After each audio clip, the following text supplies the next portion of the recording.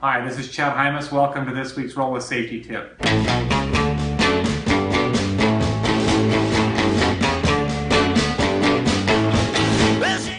Welcome back. Chad Hymas coming to you from Phoenix, Arizona, where it is 107 degrees today, boiling hot. And believe it or not, my message is not about dehydration or hydration, although that's a great message. My message this week is come to us by way of request.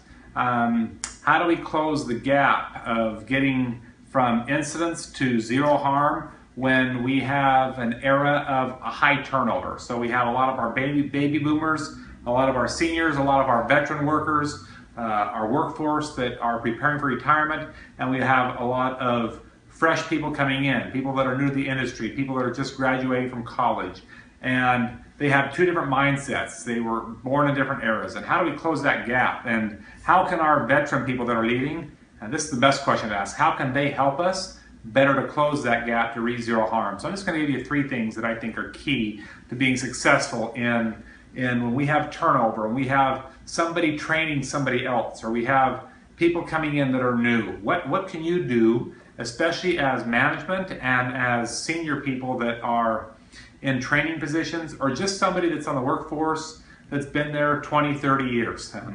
Let me give you some key points that I have seen globally that help us close that gap to zero harm. Number one, always welcome them with open vision. In other words, they're going to come in with new ideas. They're going to be apprehensive. They might be a little bit nervous. They might be afraid to open up their mouth. If they know that safety is a top priority to you, the likelihood of it being a top priority to them is very, very high. So if you can somehow relay that to them and show them and teach them the values of safety that we uphold here at this site, at this plant, are very, very high, and help shift and paradigm that to them, that will help us close the gap. If all you do is train them how to weld because you're a welder, or train them how to be an engineer because you're an engineer, or the accountant, and that's all you do, and you say nothing to them about safety and that being a priority, that will not shift, that will not translate, and it doesn't help us with our values of reaching zero harm. So number one is to close the gap by you putting yourself on the same level as them. Number two, this one is very, very important. I need our youngsters, or those that are our XY generation, I need you to be teachable. Asking you to be such. It's very, very tough to come in and to want to learn and to be eager to learn from those that have been in places longer than you have. It's very, very important you show that kind of respect towards them, and then show them the desire to be teachable.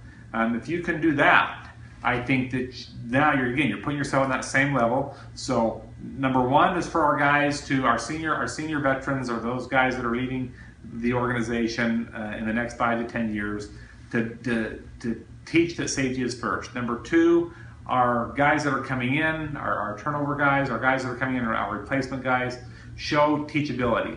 And the third and final thing that I would say is simply this: we need the train the trainer program in effect. The greatest leadership is not by position, it's not by permission, it's not by producing whatever product it is that you produce. The greatest leadership that we have is to not teach what you know, but reproduce how you live. So don't just teach what you know, but you reproduce the kind and quality of person by how you live, by the standards that you live. So show them that safety is a priority, that our greatest asset is our people. If we will not just teach what we know, but show how we live, we will close that gap to zero harm, and watch what happens to our families that work there with us. This is Chad Hymas closing out for this week. Look forward to seeing you next week.